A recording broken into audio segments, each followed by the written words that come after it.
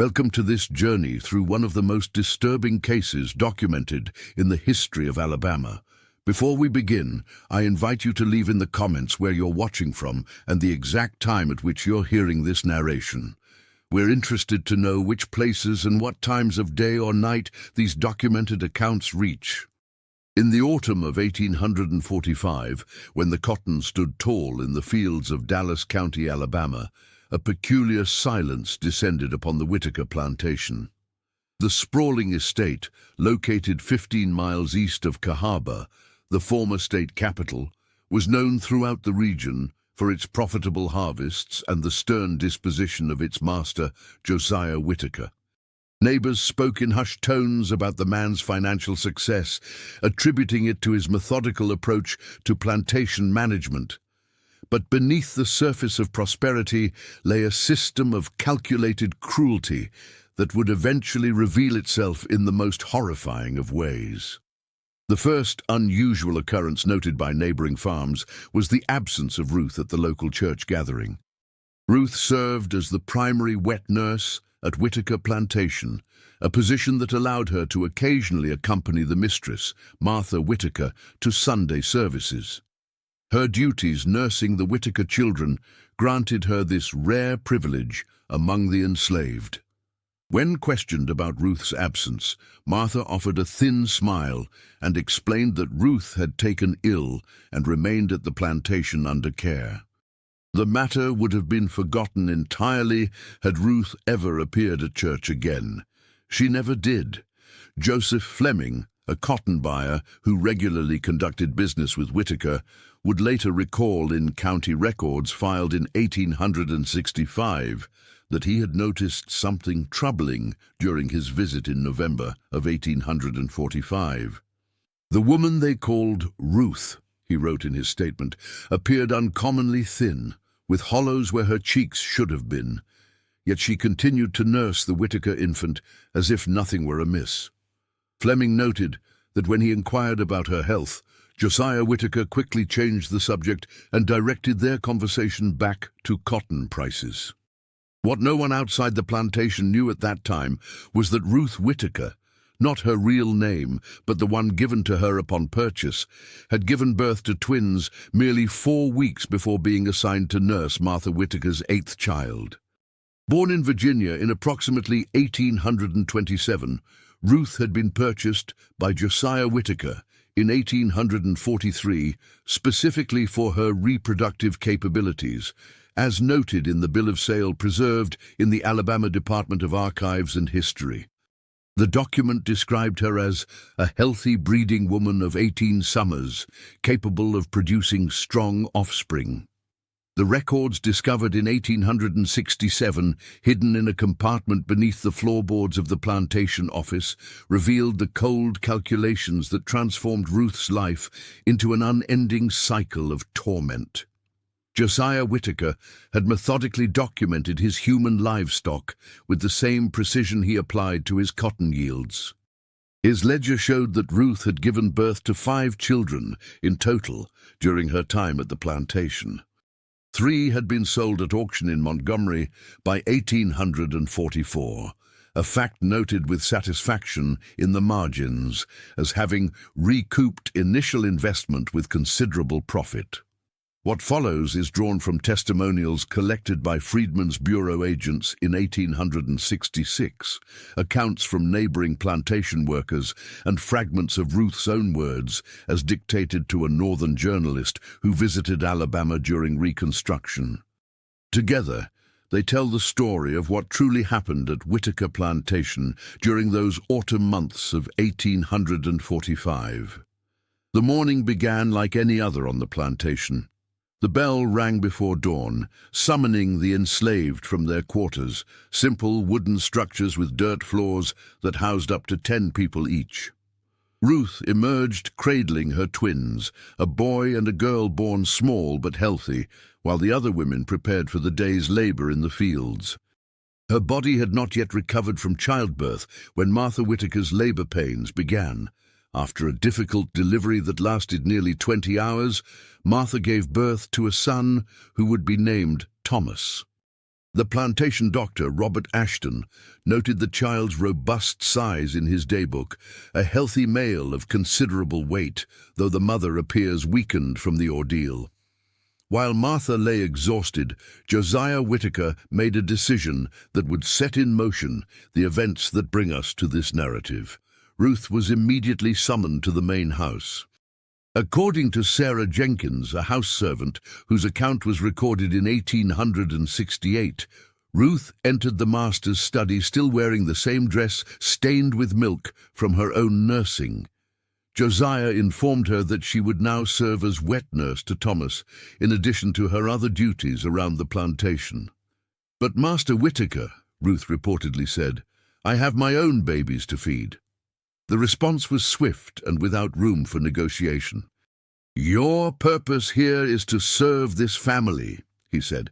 "Your children will be cared for by others." The devastating implications became clear that same evening. Ruth was installed in a small room adjacent to the nursery, where she would sleep on a pallet on the floor, available to nurse Thomas whenever he cried.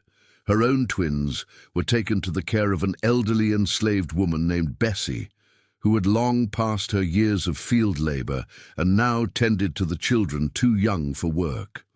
Hannah Thomas, who worked in the kitchen and whose testimony appears in the Freedmen's Bureau records, described what happened next. Bessie had no milk to give those babies. She tried mashing soft foods and mixing them with water, but it wasn't enough. And Ruth, she was given extra portions at mealtime, but all that nourishment went to feeding the Whitaker boy, who was already twice the size of her twins. Within days, Ruth's twins began to show signs of malnourishment. According to multiple accounts, Ruth would sneak away whenever possible to nurse her children, but these moments were brief and insufficient. Martha Whitaker, recovering from her own difficult birth, remained largely confined to her bedroom, unaware of, or perhaps indifferent to, the situation unfolding under her roof. By the second week of this arrangement, Ruth began attempting to save some of her milk by expressing it into a cloth when alone, which she would then bring to her children. When this was discovered by the overseer, James Harrell, he reported it to Josiah Whitaker. The punishment was immediate and served as a warning. According to Bessie's account recorded in her shaky handwriting in 1869, they took Ruth to the post in the yard where all could see. The master said she had stolen what belonged to his son. They gave her 10 lashes, not enough to prevent her from nursing, but enough so she wouldn't forget who owned the milk her body produced. What makes this account particularly chilling is the calculated nature of the abuse. Whitaker's own records show he had consulted with the plantation doctor about how much punishment could be administered without affecting milk production. Dr.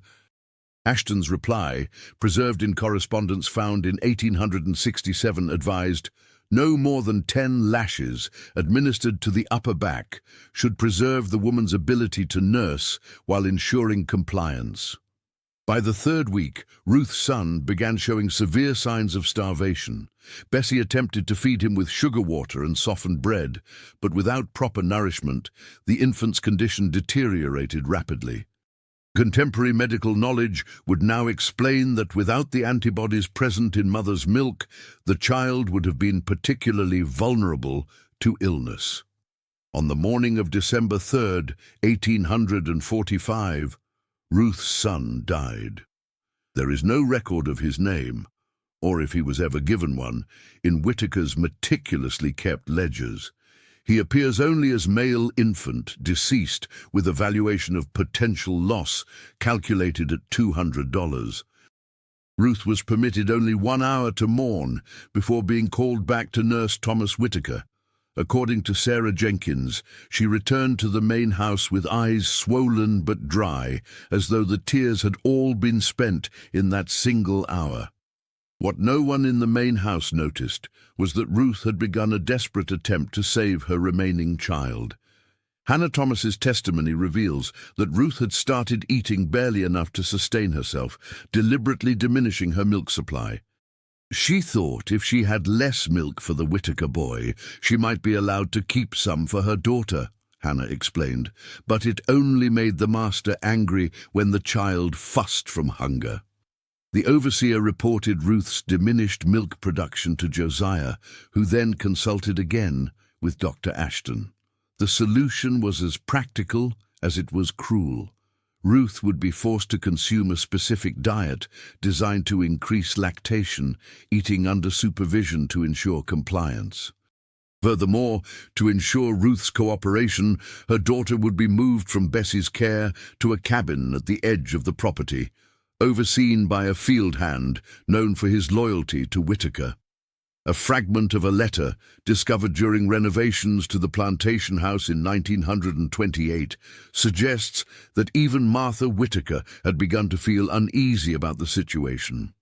Writing to her sister in Virginia, she noted, "The nurse seems increasingly despondent, though she performs her duties adequately. Josiah assures me this melancholy will pass, but I find myself unable to meet her gaze when she brings Thomas to me." By January of 1846, Ruth's daughter had also perished from malnourishment. This second death appears in Whitaker's ledger with the same clinical notation, female infant deceased, with a similar calculation of financial loss. What happened next is documented through multiple sources, creating a clear picture of the tragic events that followed. On the night her daughter died, Ruth was not permitted to leave the main house to attend to the burial. Thomas Whitaker, now a thriving infant of 3 months, required her constant attention. According to Sarah Jenkins, Ruth sat in the nursery rocking chair that evening, holding Thomas with a blank expression that seemed to look through the walls toward something none of the rest of us could see. The next morning, Ruth appeared to accept her circumstances with a sudden, unsettling calm. Hannah Thomas noted that Ruth began taking extraordinary care with Thomas, ensuring he was fed precisely on schedule and tending to him with mechanical efficiency. This apparent resignation relieved the household staff, who had feared she might harm herself or the Whitaker child in her grief. For 2 weeks, this routine continued without incident. Then, on the morning of January 19th, Martha Whitaker awoke to find Ruth absent from the nursery. Thomas lay in his cradle, apparently sleeping peacefully. When Martha approached to check on her son, she discovered the horrifying truth: Thomas was not breathing. The subsequent investigation, documented in the county sheriff's report dated January 21st, 1846, concluded that Thomas Whitaker had been smothered during the night. Ruth was found hours later at the crude graves of her children, having dug up their remains and arranged them beside her. According to the report, she offered no resistance when apprehended and spoke only once to the sheriff, saying, "My milk belongs with my babies now." What followed was not a formal trial, but rather a swift plantation justice. Though details are sparse, multiple accounts confirm that Ruth was executed by hanging on the Whitaker property the following day. Josiah Whitaker reportedly oversaw the punishment personally, inviting overseers from neighboring plantations to witness the consequence of such rebellion. The story might have ended there, buried with Ruth and forgotten like so many atrocities of that era, had it not been for a remarkable discovery made 20 years later. In 1865, as Union forces secured control of the region, a group of soldiers was assigned to requisition the abandoned Whitaker property, Josiah having fled to Texas at the war's end. Lieutenant James Morrison of the 12th Connecticut Infantry discovered a hidden compartment beneath the floorboards in Whitaker's office. Inside was a collection of documents that included the plantation ledgers, correspondence with Dr. Ashton, and most disturbingly, a personal journal kept by Josiah Whitaker. The journal entries relating to Ruth reveal a horrifying truth. Her suffering had been not merely incidental, but deliberately engineered. Whitaker had documented his experiment to determine whether a single wet nurse could successfully sustain multiple children at once, with the goal of maximizing the efficiency of his female slaves. The subject continues to produce sufficient milk for my son, he wrote in an entry dated December 18th, though her own offspring show the expected decline. If successful, this method could be implemented with all nursing women, potentially increasing property value through improved survival rates of preferred lineages. The calculated nature of this cruelty stunned even the battle-hardened Union soldiers. Lieutenant Morrison forwarded the documents to his superiors, and eventually they made their way to the newly established Freedmen's Bureau, where they were catalogued among the evidence of atrocities committed under slavery. In 1867, during Reconstruction, a journalist named Frederick Harper from the New York Tribune traveled to Alabama to document the aftermath of slavery. He visited the former Whitaker plantation, by then divided into smaller parcels. Some worked by formerly enslaved people, attempting to establish themselves as free farmers. It was during this visit that Harper met Bessie, Sarah Jenkins, and Hannah Thomas, who had remained in the area. Their testimonies, combined with the recovered documents, formed the basis of an article published on August 12, 1867, titled "The Calculated Cruelty of Chattel Slavery, a Mother's Unimaginable Choice." The article caused a sensation in the North, where many had begun to advocate for a softer reconciliation with the defeated South. The graphic details of Ruth's suffering provided powerful ammunition for those arguing that the South required more substantial reformation before being fully reintegrated into the Union. The Whitaker plantation itself gradually fell into disrepair. By 1880, the main house had been abandoned, the fields returned to wild growth. Local accounts suggest that no one wished to live on property with such a dark history. Some claim to hear the cries of infants on quiet nights, though such tales likely reflect the human tendency to assign supernatural elements to places marked by profound suffering. In 1932, a severe storm damaged much of what remained of the structure. During subsequent clearing of the debris, workers discovered a small cloth bundle hidden in the wall cavity of what had once been the nursery. Inside was a crude doll made from twisted fabric scraps, along with 3 locks of hair, 2 very small and 1 larger, bound together with a faded ribbon. The items were turned over to the Alabama Historical Society, where they remained largely forgotten until 1968, when historian Margaret Wilson began researching the lives of enslaved women in the antebellum South. Wilson connected the artifact to Ruth's story, suggesting the doll and hair represented Ruth's desperate attempt to keep something of her children close, while being forced to care for the child who, in her mind, had caused their deaths. What makes Ruth's story particularly significant is not just the personal tragedy it represents, but how it illuminates the calculated inhumanity of the slavery system. Josiah Whitaker's journals reveal that he saw himself not as particularly cruel, but rather as a shrewd businessman, maximizing the efficiency of his human property. This perspective was not unusual among plantation owners of the era, who often viewed themselves as scientifically progressive in their management techniques. Dr. Robert Ashton's complicity further demonstrates how the institutions of Southern society, including medicine, were corrupted by their integration with slavery. His clinical recommendations regarding Ruth's punishment and forced feeding regimen show how professional knowledge was weaponized against the enslaved.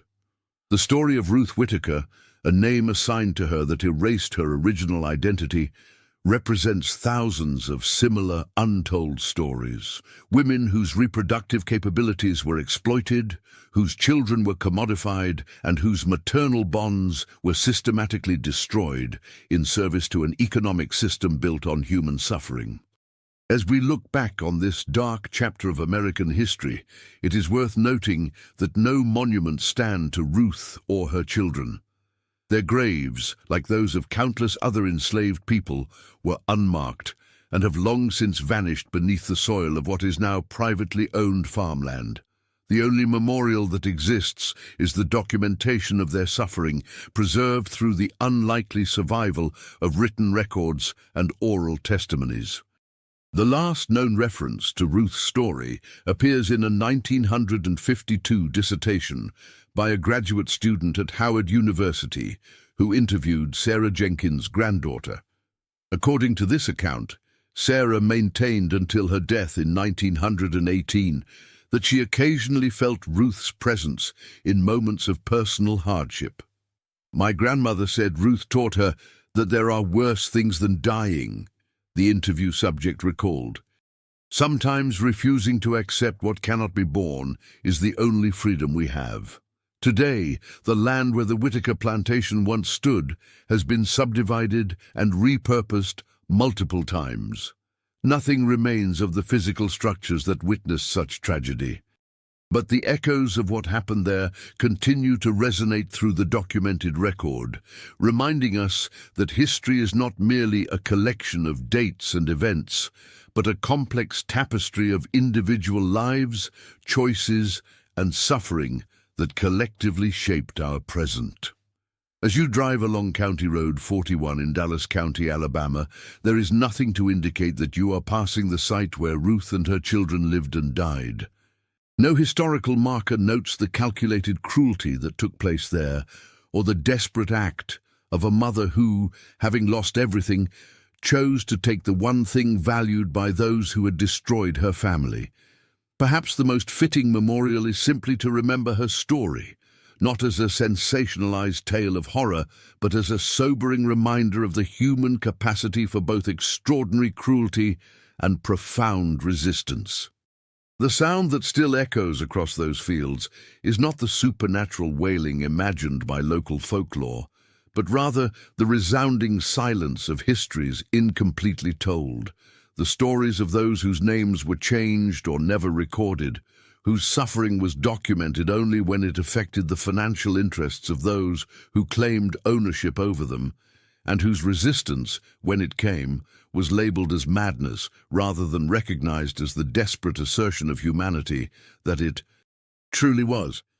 In the end, Ruth reclaimed the only agency available to her, refusing to continue as an instrument of the system that had taken her children. In the spring of 1941, almost a century after Ruth's death, a local historian named Edward Mitchell began collecting oral histories from the descendants of formerly enslaved people throughout Dallas County. His work, largely overlooked during its time due to the prevailing attitudes of the Jim Crow South, was preserved in the archives of Talladega College and rediscovered in 1958. Among Mitchell's interviews was one with Jeremiah Wilson, whose grandmother had been enslaved at a neighboring plantation to the Whitakers.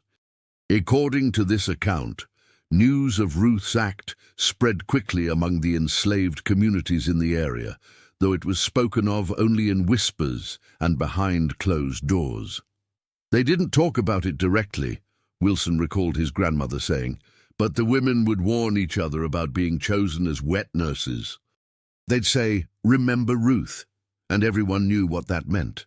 This subtle form of remembrance, a cautionary whisper passed between women, served as both a memorial to Ruth and a recognition of the particular vulnerabilities faced by enslaved mothers.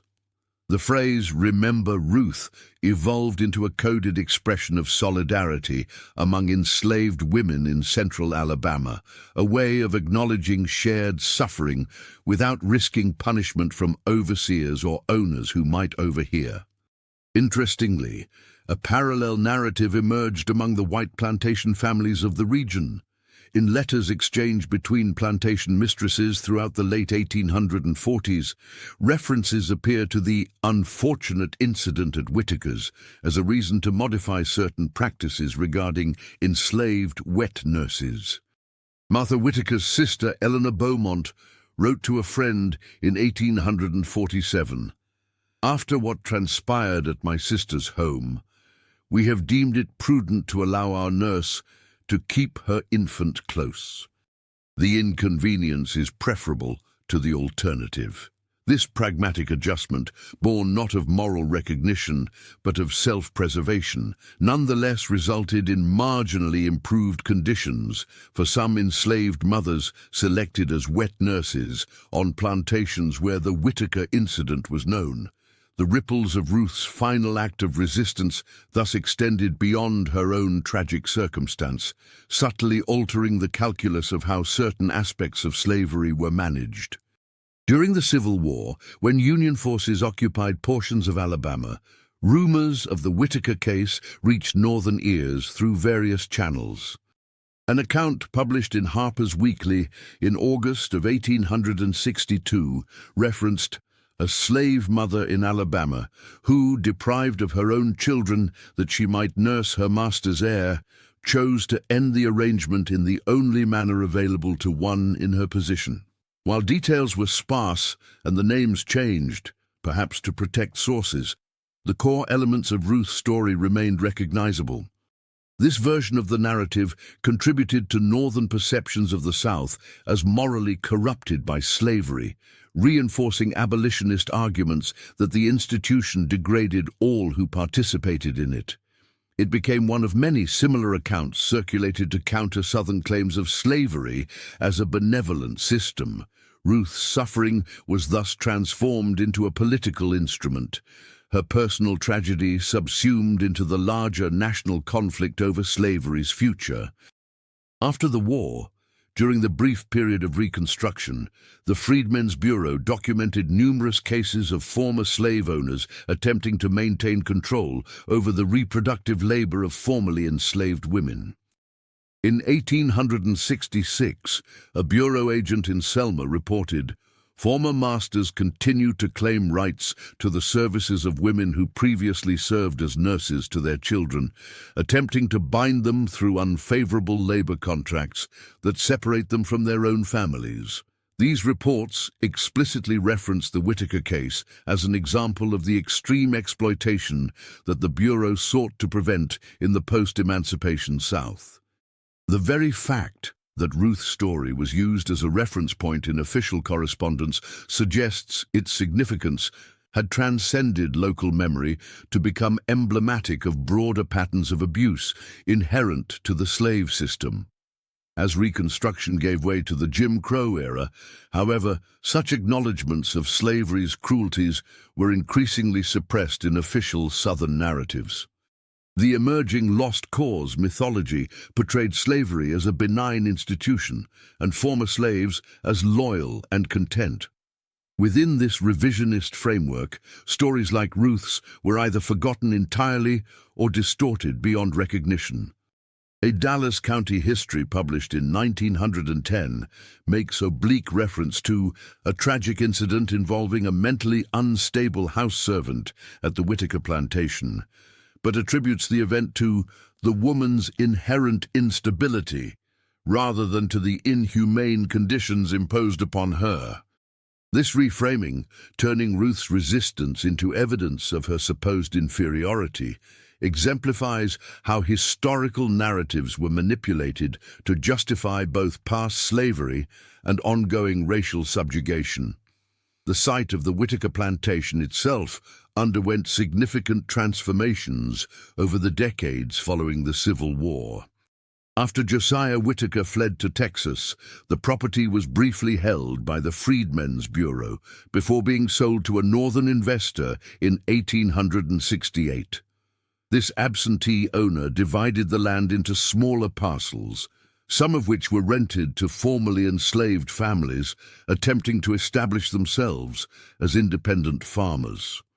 By 1875, however, most of these small holdings had been consolidated under the ownership of the Montgomery Agricultural Company, a consortium of investors who reinstated large-scale cotton production using sharecroppers, many of them former slaves now bound by exploitative contracts rather than outright ownership. The physical landscape of the plantation was thus reconstituted in a form that perpetuated many of slavery's economic inequalities while adapting to the technical requirements of emancipation. The main house, partially damaged during the war, was eventually renovated in the 1890s by Walter Preston, a cotton merchant who purchased the central portion of the former plantation. Preston's wife, Caroline, kept a diary that includes a curious entry from March of 1895. The local women refused to work in the nursery room, claiming it is haunted by a woman who rocks an empty cradle. Mr. Preston dismisses these stories as superstitious nonsense, but I find myself reluctant to spend time there, especially as evening approaches. This suggestion of supernatural presence, a common way for communities to process historical trauma, represents another form of remembering Ruth's story, transmuting her suffering into a spectral warning that continued to affect the living. The very space where she had been forced to prioritize another woman's child over her own retained in local memory an association with her presence. The Preston family abandoned the house in 1912 after a series of crop failures and financial reverses. For the next 2 decades, the structure stood vacant, gradually succumbing to the elements and occasional vandalism. Local children dared each other to enter the haunted Whitaker house, with the nursery considered especially frightening. A local newspaper article from 1922 described it as the most notoriously haunted house in the county, with numerous reports of crying infants heard in the night, though no children have lived there for years. It was during this period of abandonment that the cloth bundle containing the doll and locks of hair was discovered in the nursery wall. The significance of this artifact would not be fully understood until Margaret Wilson's research decades later connected it to Ruth's story. In her 1968 analysis, Wilson suggested that the hiding of these items represented a mother's desperate attempt to maintain some physical connection to her children within a system designed to sever such bonds. The bundle itself, now housed in the Alabama Department of Archives and History in Montgomery, presents one of the few tangible links to Ruth's life. The doll, crudely fashioned from scraps of what appears to be cotton sacking and household linen, bears no facial features but is shaped roughly in human form. The 3 locks of hair, 2 very small and fine, one slightly coarser and longer, were wrapped in a fragment of blue ribbon that had faded almost to grey over the decades. When the structure finally collapsed following the storm of 1932, local authorities ordered the remaining debris cleared for safety reasons. During this process, workers discovered additional items concealed within the walls: a carved wooden button, several small pebbles arranged in a pattern within a cloth pouch, and fragments of paper with partially legible writing that appeared to be Bible verses. These items, consistent with protective practices documented among enslaved communities throughout the South, suggest Ruth may have created hidden shrines or protective charms throughout the house, small acts of spiritual resistance against the environment that controlled her physical existence. Ethnographers have identified similar practices across the African diaspora, representing the persistence of spiritual traditions despite slaveholders' attempts to impose their own religious frameworks. In 1958, as part of a county-wide infrastructure project, workers excavating near what had been the slave quarters of the Whitaker plantation uncovered a small, unmarked cemetery. Archaeological analysis conducted in 1960 identified the remains of 27 individuals, including several infants and young children. While it cannot be confirmed with certainty, the location and dating of 2 infant burials are consistent with what is known about Ruth's children. The discovery prompted renewed interest in the Whitaker plantation's history, coinciding with the early stages of the civil rights movement and growing scholarly attention to the lived experiences of enslaved people. Howard University historian Dr. James Carter conducted extensive research into county records, property deeds, and surviving plantation documents, publishing his findings in 1964 under the title The Human Cost of King Cotton, Life and Death on Alabama Plantations. Carter's work provided the most comprehensive account of Ruth's story up to that point, contextualizing her tragedy within the broader economic structures of Alabama's plantation economy. He noted that Dallas County produced over 15,000 bales of cotton in 1845, with an approximate market value of $500,000, wealth generated through the exploitation of over 9,000 enslaved individuals, roughly 60% of the county's population. Within this economic machinery, Carter wrote, the reproductive capacity of enslaved women represented a crucial component of plantation assets. The case of Ruth Whitaker demonstrates the extreme subordination of maternal bonds to economic imperatives, with nursing capabilities viewed as extractable resources to be allocated according to the owner's assessment of relative value. The Civil Rights era brought increased attention to these previously marginalized historical narratives. In 1968, a group of activists and scholars formed the Ruth Whitaker Memorial Committee, advocating for a historical marker at the former plantation site to acknowledge both the atrocities committed there and the resistance they engendered. County officials rejected the proposal, citing insufficient historical documentation, despite the substantial archival evidence assembled by Carter and others. This institutional resistance to public acknowledgement of Ruth's story reflected ongoing contestation over historical memory in the American South. As the region grudgingly dismantled legal segregation, control over historical narrative became another front in the struggle for racial equality, which stories would be commemorated, which suffering acknowledged, and which resistance honored, remained deeply political questions. In 1972, Alice Walker published a poem titled Ruth's Children in a collection of works engaging with the legacies of slavery. Though Walker never claimed direct inspiration from the Whitaker case, scholars have noted striking parallels between the poem's central image, a mother nursing a child not her own while her milk curdles in breasts heavy with loss, and Ruth's documented experience. The poem represents another layer of cultural remembrance, transmuting historical suffering into artistic expression that ensures its continued recognition. By the late 20th century, Ruth's story had become incorporated into academic understandings of how slavery functioned at the intimate level of women's bodies and familial bonds. Feminist historians and scholars of African American history increasingly highlighted how control over reproduction and motherhood constituted a central rather than peripheral aspect of the slave system. In 2003, archaeological work at the former plantation site uncovered the foundations of both the main house and the slave quarters, allowing for more precise mapping of the physical environment where Ruth's tragedy unfolded. Ground-penetrating radar identified additional unmarked graves beyond those discovered in 1958, suggesting the cemetery was more extensive than initially recognized. Objects recovered during this excavation included fragments of medicine bottles consistent with those used for infant care in the mid-19th century, buttons from children's clothing, and a small silver thimble that may have belonged to a house servant.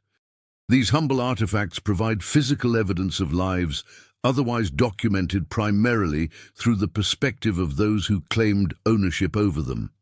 Today, the land where the Whitaker plantation once operated remains privately owned agricultural property. No visible evidence of its history remains on the landscape. County Road 41 passes within a quarter mile of where the main house stood, with travelers unaware of the ground's significance unless they have sought out the scattered references in historical works.